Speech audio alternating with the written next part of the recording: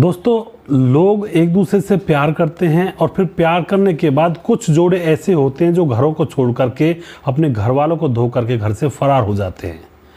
लेकिन क्या यह सही है समाज के अंदर? क्या इससे परिवारों के बीच का जो मतभेद है वह बढ़ता नहीं है? बच्चे और उसके माँ बाप के बीच की जो दूरी है क्या वह बढ़ती नहीं है? दोस्तों, अगर गौर से सोचा जाए तो इसका बहुत बुरा प्रभाव इंसान के जीवन पर पड़ता है। आज की कहानी में हम इसी बात के ऊपर चर्चा करेंगे और यहाँ पर एक घटना ऐसी घटती है एक लड़की के साथ जो इसी बात का खामियाजा भुगत रही होती है, इस प्यार करने के चक्कर का। आखिर क्या होता है यहाँ पर दोस्तों? एक विधवा महिला ने रेलवे स्टेशन पर बच्चे को जन्म दिया। पब्लिक देखती रही लेकिन कोई भी मदद के लिए आगे नहीं आया। और फिर दोस्तों उसके साथ जो बाद में होता है वह बड़ा दयनीय है और बड़ा ही असहनीय है।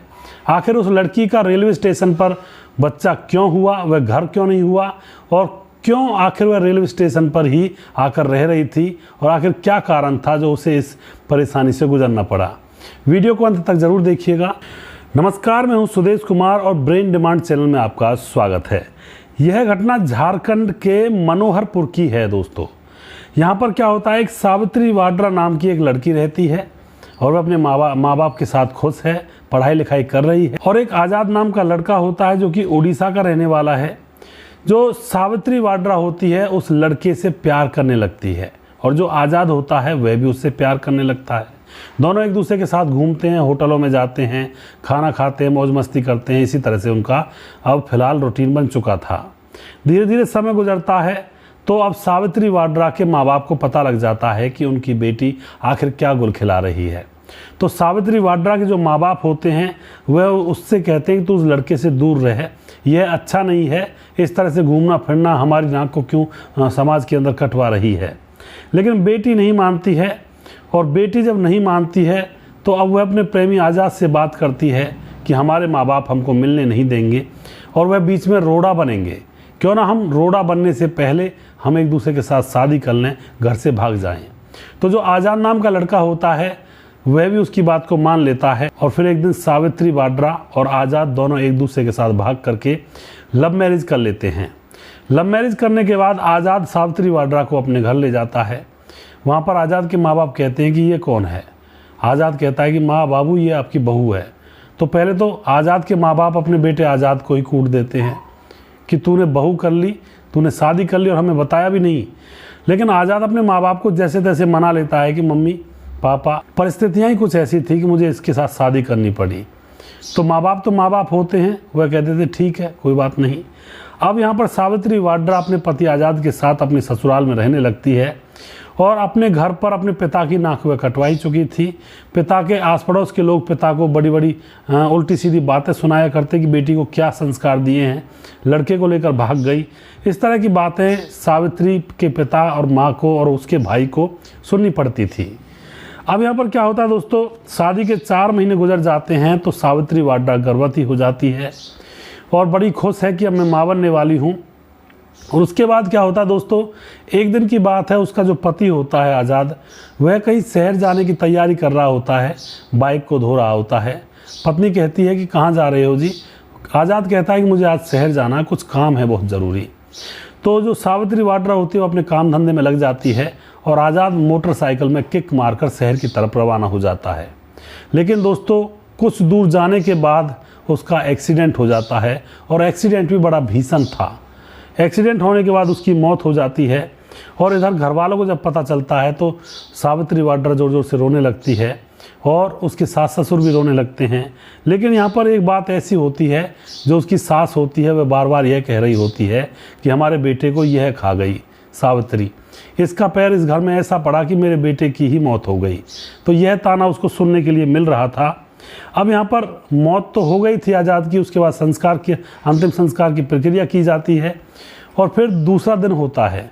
दूसरे ही दिन सास और ससुर उस बहू सावित्री को धक्का देकर घर से बाहर निकाल देते हैं कि तुम्हारे कदम ऐसे पड़े हैं घर में कि हमारे बेटे की तो मौत ही हो गई। अब यहाँ पर सावित्री वाड्रा घर से निकाल दी जाती है, प्रेमी की मौत हो जाती है और अपने घर वालों यानी कि मायके वालों के पास जाए कैसे, क्योंकि उनकी तो नाक कटवा कर आई थी। लेकिन फिर भी वह हिम्मत करती है और अपने पिता के घर पर पहुँच जाती है। वहाँ पर पिता, भाई, माँ उसकी तरफ एक अलग ही दृष्टि से देखते हैं और उससे लड़ाई करने लगते हैं कि तूने तो हमें कहीं बोलने लायक भी नहीं छोड़ा। लोग बड़े बड़े ताने मारते हैं, हमारा रास्तों में निकलना दूभर हो चुका है। और उसके बाद जो माँ बाप होते हैं वे भी उसको धक्के मारकर घर से बाहर निकाल देते हैं और कह देते हैं कि हमारे पास अब क्या लेने के लिए आई है, जब तूने समाज में हमारी बेइज्जती ही करवा दी तो हम तुम्हें अपने पास नहीं रखेंगे। लोग न जाने कब तक फिर उंगलियां उठाएंगे कि ये लड़की है वो जो भाग गई थी लेकर के। अब माँ बाप भी उसको घर से बाहर निकाल देते हैं। दोस्तों अब वह मनोहरपुर प्लेटफॉर्म पर आ जाती है, यहीं पर बैठी रहती, यहीं पर कुछ इधर उधर से मांग लिया करती और वहीं पर अपना समय गुजार रही होती है।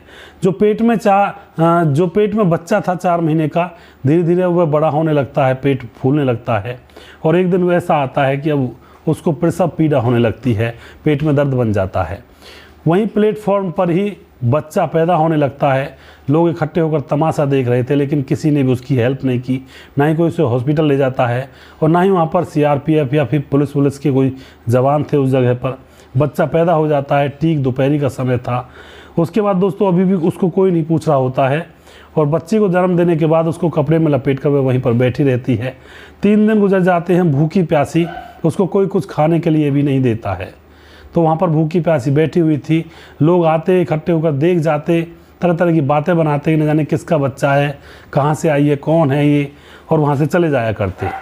अब दोस्तों यहाँ पर क्या होता है, एक तपेश्वर यादव नाम का एक व्यक्ति होता है। वह प्लेटफॉर्म से गुजर रहा था तो उसकी नज़र उस लड़की सावित्री पर पड़ती है। उसके पास वह जाता है और कहता है, बहन क्या दिक्कत है, तुम्हें कोई परेशानी है?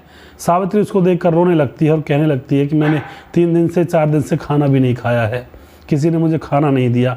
मैंने बहुत सारे लोगों के सामने हाथ जोड़े कि मुझे कुछ थोड़ा बहुत खाना खिला दो जिससे कि मैं जी पाऊँ, वरना मरना तो है ही।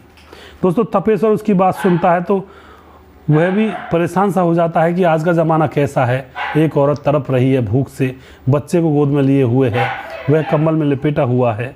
अब यहाँ पर वह भी, उसकी भी आंखों में आंसू आ जाते हैं कहानी सुनकर।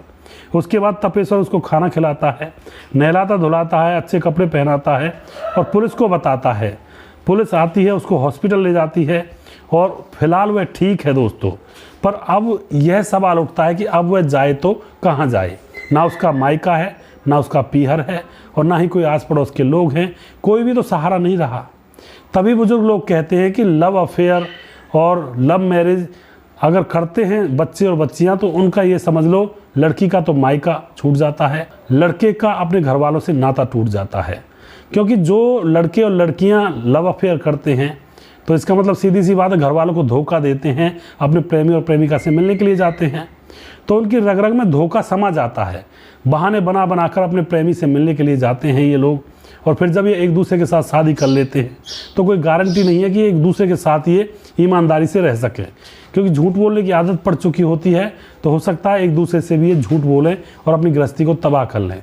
ये मामला तो ऐसा हुआ था कि उस लड़के की मौत हो गई थी, लेकिन ज़्यादातर जो प्रेम विवाह करते हैं शादी होने के बाद 6 महीने के बाद ही ये तलाक के कागज लेकर थाने तहसीलों में घूमा करते हैं। क्योंकि भाई जिसकी रगों में धोखा देना लिखा है, जो माँ बाप को धोखा दे सकते हैं, वो एक दूसरे के साथ क्या ईमानदारी निभाएंगे। तो प्रेम विवाह यानी कि लव मैरिज जो 95% लोग होते हैं उनकी असफल होती है, 5% लोग ही यहाँ सफल हो पाते हैं। तो इन चक्करों में पड़ना ही क्यों, ईमानदारी से रहें। घर वाले कोई गलत लड़का नहीं ढूंढते हैं, ना ही लड़की ढूंढते हैं बच्चे के लिए। तो दोस्तों आप यहाँ पर जो भी कुछ कहना चाहते हैं अपनी राय कमेंट बॉक्स में लिख सकते हैं। अगला प्रोग्राम मैं जल्दी फिर से लेकर आऊँगा किसी सच्ची घटना के ऊपर। तब तक आप खुश रहें, सावधान रहें। जय हिंद, जय भारत।